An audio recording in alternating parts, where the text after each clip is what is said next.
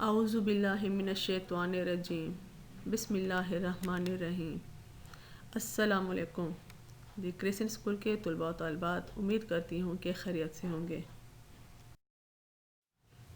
آج کا ہمارا عنوان ہے اسلامی اخوت، صفحہ نمبر 70 تا 72، پڑھائی، مروزی اور مشقی سوالات۔ سبق شروع کرنے سے پہلے طلباء سے پوچھا جائے گا کہ رحم دلی کسے کہتے ہیں۔ سبق کے آخر میں طلباء اس قابل ہو سکیں گے کہ مشکل الفاظ کے معنی جان سکیں گے، اسلامی اخوت کے معاشرتی فوائد بیان کر سکیں گے، تاریخ اسلام سے اخوت کی مثالیں بیان کر سکیں گے۔ اسلامی اخوت کا مکمل سبق۔ اخوت کے معنی بھائی چارہ کے ہیں۔ اخوت کا رشتہ تمام مسلمانوں کے درمیان قائم ہوتا ہے۔ کوئی مسلمان خواہ دنیا کے کسی گوشے میں آباد ہو، خواہ اس کا تعلق کسی بھی نسل، رنگ اور قبیلے سے منسلک ہو اور وہ کوئی بھی زبان بولتا ہو، وہ دوسرے مسلمانوں سے اخوت اور بھائی چارے کا رشتہ رکھتا ہے۔ مسلمانوں کے باہمی بھائی چارے کے متعلق اللہ تعالیٰ کا فرمان ہے۔ ترجمہ: مومن آپس میں بھائی بھائی ہیں۔ قرآن مجید میں اللہ تعالیٰ کا فرمان ہے کہ مومن مرد اور عورتیں آپس میں ایک دوسرے کے دوست اور ہمدرد ہیں۔ تمام مسلمان رشتہ اخوت میں پروئے ہوئے ہیں۔ یہ رشتہ اتنا مضبوط ہے کہ اگر کوئی توڑنا بھی چاہے تو نہیں توڑ سکتا۔ اخوت سیرت طیبہ کی روشنی میں۔ نبی کریم صلی اللہ علیہ وسلم کی بعثت سے قبل اہل عرب ایک دوسرے کے خون کے پیاسے تھے۔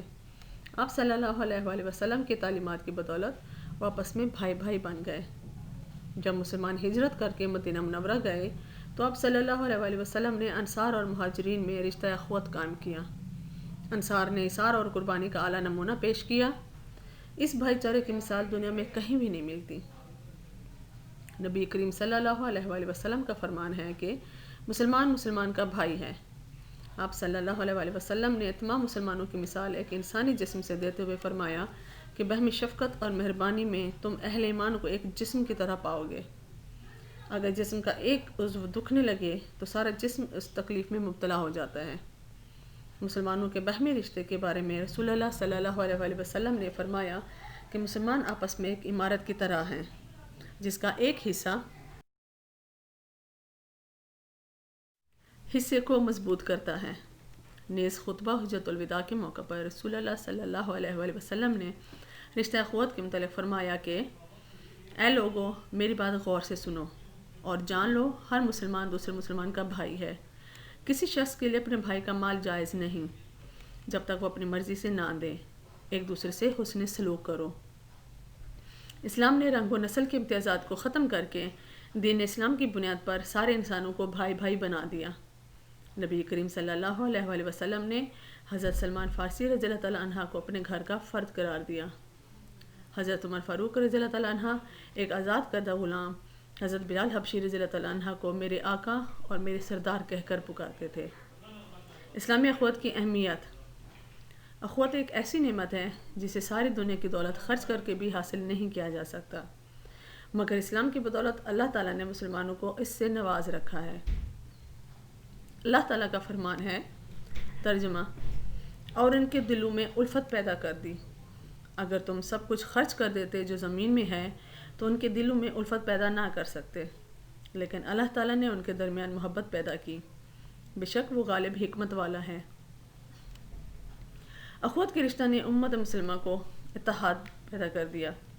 پوری امت مسلمہ کا ایک کلمہ پڑھنا، باجماعت نماز ادا کرنا، رمضان المبارک کے روزے رکھنا اور سال میں ایک بار حج کرنا ملت اسلامیہ کے اتحاد کی واضح مثالیں ہیں۔ قرآن مجید نے ہمیں یہ بتایا ہے کہ اگر تم میں اتحاد نہیں ہوگا تو تم کمزور پڑ جاؤ گے اور دشمن کے مقابلے میں تمہارے قدم اکھڑ جائیں گے۔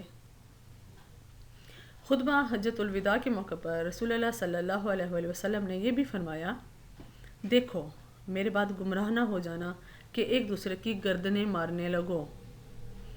رشتہ اخوت سے دوسرے مسلمانوں کے ساتھ ہمدردی اور خیر خواہی کا جذبہ پروان چڑھتا ہے۔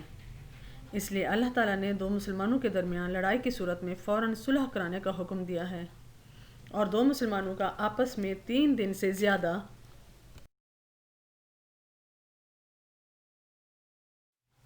ناراض رہنا ناجائز قرار دیا ہے۔ اخوت کے فوائد۔ اخوت امت مسلمہ میں اتحاد ملی اور اتفاق کی علامت ہے۔ اسلامی اخوت مسلمانوں کے درمیان ایثار اور قربانی کا جذبہ اجاگر کرتی ہے۔ رشتہ اخوت سے ایک دوسرے کی خیر خواہی کا جذبہ پیدا ہوتا ہے۔ رشتہ اخوت سے دوسرے مسلمان کی عزت و تکریم ہوتی ہے۔ ایک مسلمان اپنے دوسرے مسلمان بھائی کے دکھ سکھ میں شریک ہوتا ہے اور اس کے ساتھ ہمدردی کا اظہار کرتا ہے، جس سے باہمی محبت میں اضافہ ہوتا ہے۔ اخوت کا رشتہ دین اسلام کی بنیاد پر قائم ہوتا ہے۔ دنیا کا ہر مسلمان اخوت کے رشتہ سے منسلک ہے، لہٰذا دنیا کے تمام مسلمانوں کو چاہیے کہ وہ مل جل کر رہیں اور ایک دوسرے کے دکھ درد میں شریک ہوں۔ مشق: مختصر جواب دیں۔ اسلامی اخوت کا مفہوم بیان کریں۔ اس سوال کا جواب آپ لوگوں کو فرسٹ پیراگراف میں مل جائے گا۔ اخوت کے بارے میں ایک حدیث کا ترجمہ لکھیں۔ اخوت کے بارے میں جو ہم نے سیرت طیبہ کی روشنی میں ٹاپک پڑھا ہے، وہاں سے اس سوال کے جواب کا کوئی سی بھی حدیث کا ترجمہ لکھ لیں۔ اسلامی اخوت کی اہمیت بیان کریں۔ اسلامی اخوت کی اہمیت کا ٹاپک ہے، آپ کو اس میں سے آنسر مل جائے گا۔ اخوت کے 3 فوائد تحریر کریں اور اخوت کے 5 فوائد میں سے آپ کوئی سے بھی اخوت کے 3 فوائد تحریر کر سکتے ہیں۔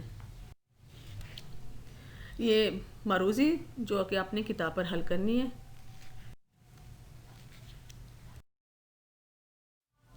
آنے والے سوالات کے جوابات سوچ کر کاپی پر لکھیں۔ گھر کا کام جو کہ سوال نمبر 1 ہے، اس کا جزء الف، بے، جیم اور دال۔ سبق کی اچھی طریقے سے پڑھائی کر کے مطالعہ کر کے آپ اپنے والدین کے ساتھ ڈسکس کر کے آپ ان سوالات کے جوابات کاپی پر حل کر سکتے ہیں اور معروضی کو کتاب پر حل کریں۔ اللہ حافظ۔